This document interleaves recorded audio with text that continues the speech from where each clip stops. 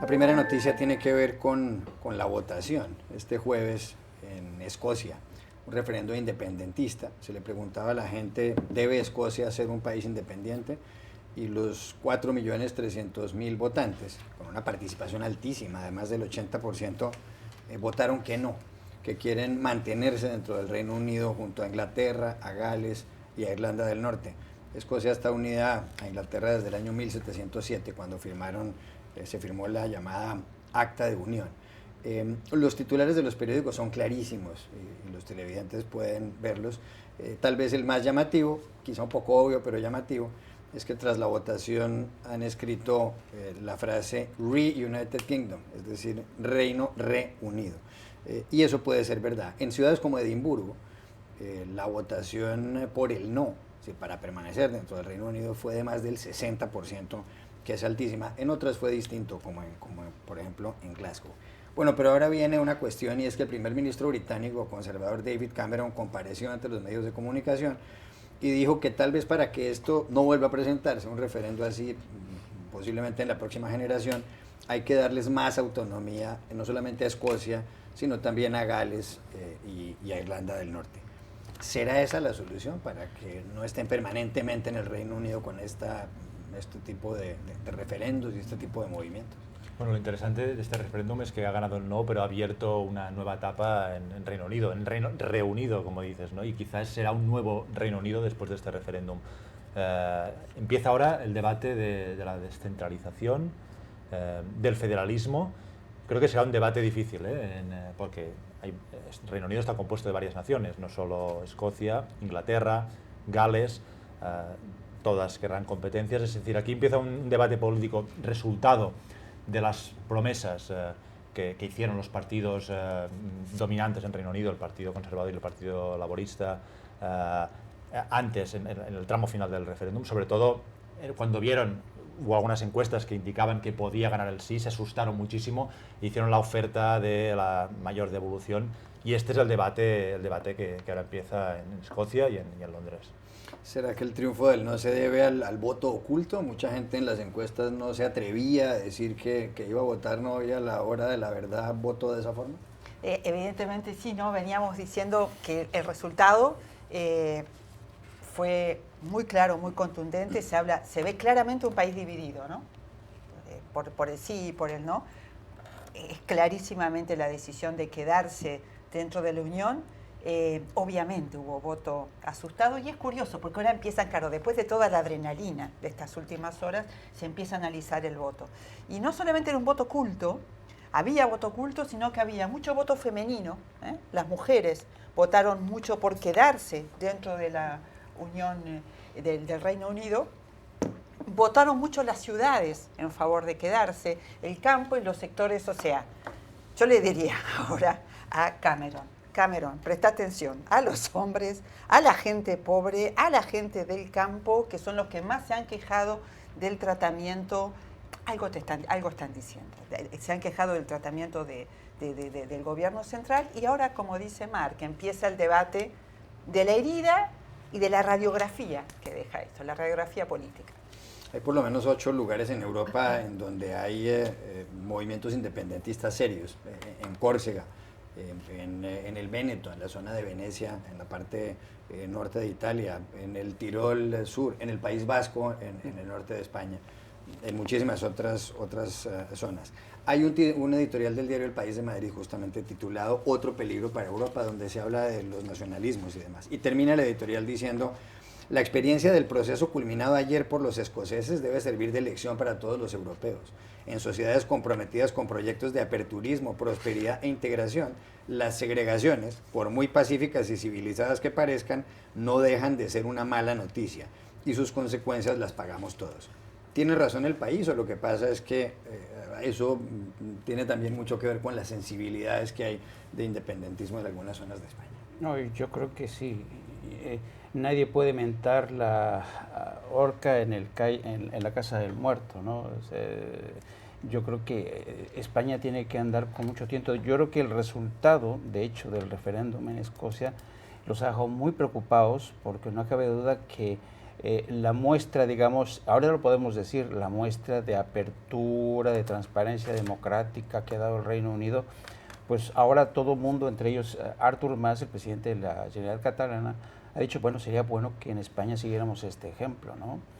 Pero yo me temo mucho que, un poco utilizando otras palabras diferentes a las que dijo Marc, de que a partir de ahora se inicia un nuevo proceso del debate de la descentralización y el federalismo, yo diría que a partir se inicia una fase más preocupante, inquietante de jaloneo entre poderes regionales y centrales.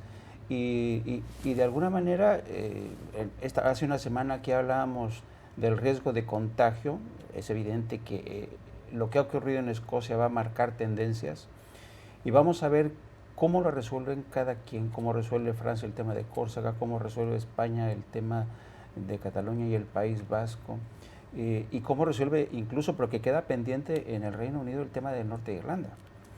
Así es que es como cuando decides, o por lo menos llegas a un acuerdo de principio con tu pareja para separarte, ¿no?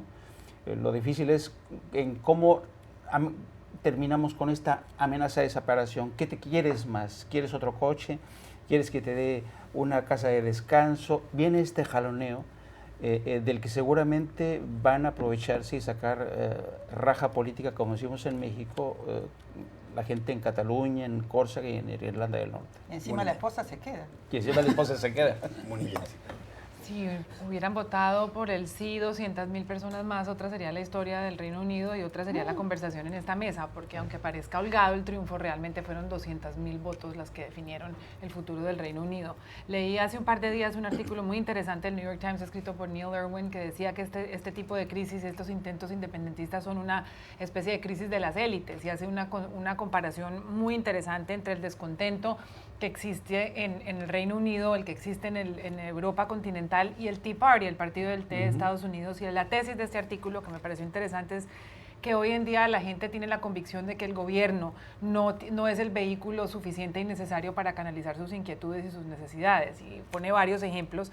Dice que el Estado antes era quien canalizaba el descontento. Después de la crisis económica del 2008 llegaron a muchos países los gobiernos de derecha con unas políticas de austeridad, con unas políticas de reducir el gasto, aumentar impuestos, estrangularon a la población y no generaron estos canales de alivio para la gente y de realmente poder transmitir esta sensación de descontento. Lo que decía el Tea Party es que si bien la ideología es completamente distinta, el Tea Party lo que quiere es menos gobierno, un gobierno mucho más conservador, de todas maneras creció como una franja al sentir que el gobierno de Estados Unidos no los estaba escuchando. Entonces creo que este es un llamado, un campanazo grande, no solamente para el Reino Unido ni solamente para España, sino para los gobiernos que en este momento están resultando insuficientes para la población.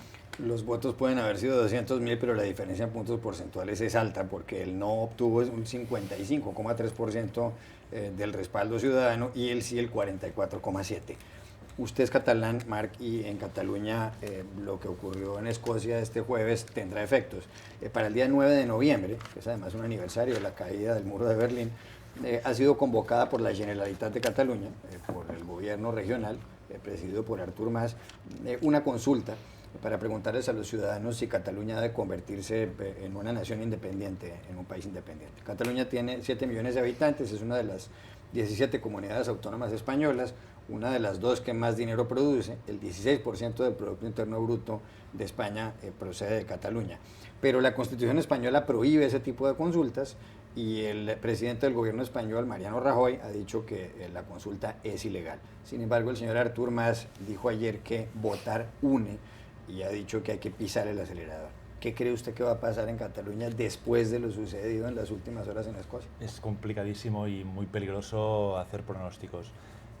Si hubiera ganado el sí, creo que el impacto habría sido mayor. No sé cuál habría sido, si ayudaría a unos o a otros, pero habría sido un impacto mucho mayor porque habría creado un precedente en Europa occidental de una secesión a la que se había llegado de manera democrática por medio de una consulta y no ni unilateral ni por guerras. Bueno, ha ganado el no.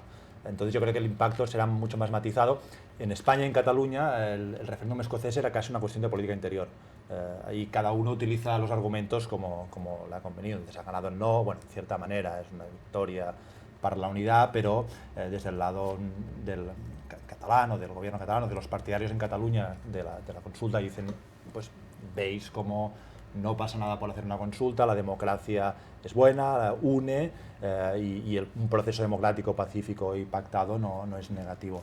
Bueno, el calendario, no sé lo que va a ocurrir, el calendario es este, el 9 de noviembre tiene que haber una consulta, lo más probable es que el Tribunal Constitucional la suprima, que no pueda tener lugar. Entonces, ¿qué puede pasar?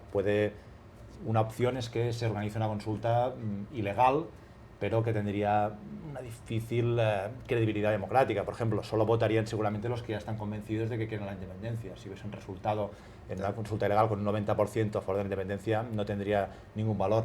Lo más probable, y digo probable, pero no me atrevo a poner la mano en el fuego, es que si la consulta es ilegal, se convoquen unas elecciones que llaman plebiscitarias, en el que habría una candidatura en Cataluña con un punto que sería la independencia, y las elecciones serían elecciones autonómicas al Parlamento catalán, harían las veces de referéndum y servirían para calibrar los apoyos reales de la independencia, como había hecho una consulta. En todo caso, el referendo en Escocia ayer era legal y estaba autorizado por el gobierno de Cameron. 30 segundos. Es otra la situación, ¿no? O sea, digamos,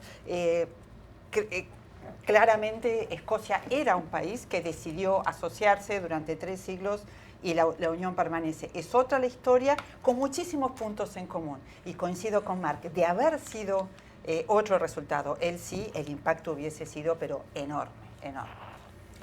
Yo creo que el referéndum en Cataluña entraña riesgos más elevados porque la estructura del Estado y la historia misma de España hace mucho más complicado este ejercicio.